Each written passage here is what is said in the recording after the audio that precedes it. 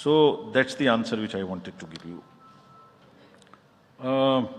Jammu Kashmir assembly elections क्यों नहीं हमने कराए, ये आपने एक प्रश्न पूछा। बहुत इंपॉर्टेंट क्वेश्चन है नीरज जी आपका। हम बहुत कॉन्शियस हैं इस बात से और बीच बीच में आरोप भी लगते रहते हैं।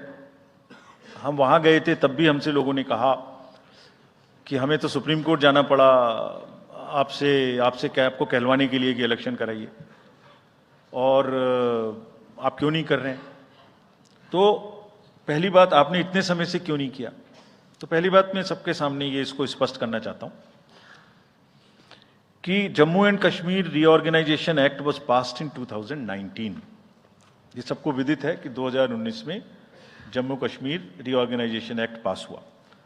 उसमें जम्मू कश्मीर की असेंबली में 107 सीटों का प्रावधान किया गया।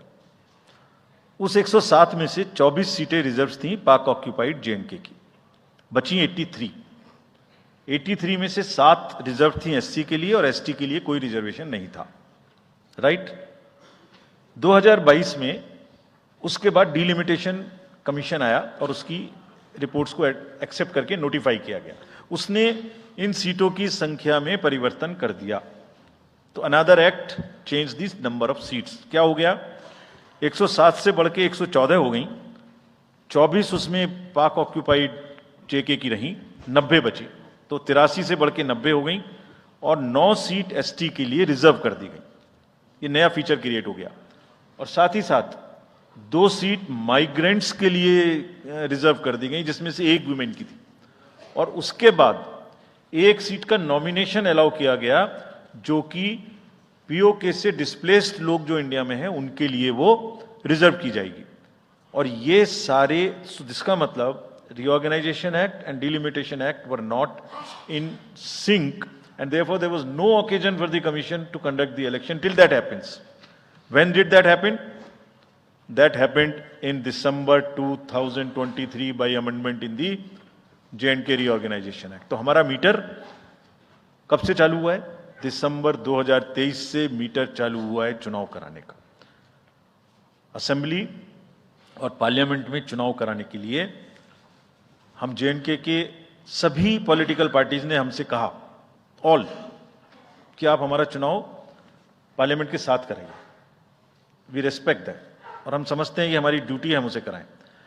सारी एडमिनिस्ट्रेटिव मशीनरी ने टुगेदर एक स्वर में कहा कि सर हम एक साथ नहीं करा सकते। हमने पूछा क्यों, तो उनका आंसर था कि जब असेंबली कॉन्स्टिट्यूएंसी के चुनाव साथ साथ में होंगे तो एक असेंबली में लगभग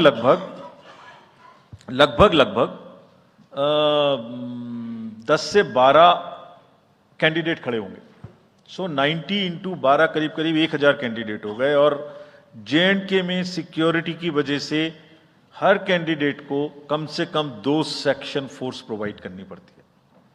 2 सेक्शन फोर्स का मतलब हो गया कि हमें करीब 1000 के बीच में 450-500 लोगों की, कंपनीज की जरूरत और एक्स्ट्रा पड़ेगी। वो इतने बड़े देश में इस समय में सिक्योरिटी रीजंस में प्रोवाइड नहीं था। बट वी स्टैंड कमिटेड कि हम जैसे ही ये चुनाव खत्म होते हैं उसके तुरंत बाद, क्योंकि फोर्सेस की हमारे पास अवेलेबिलिटी हो जाएगी, हम चुनाव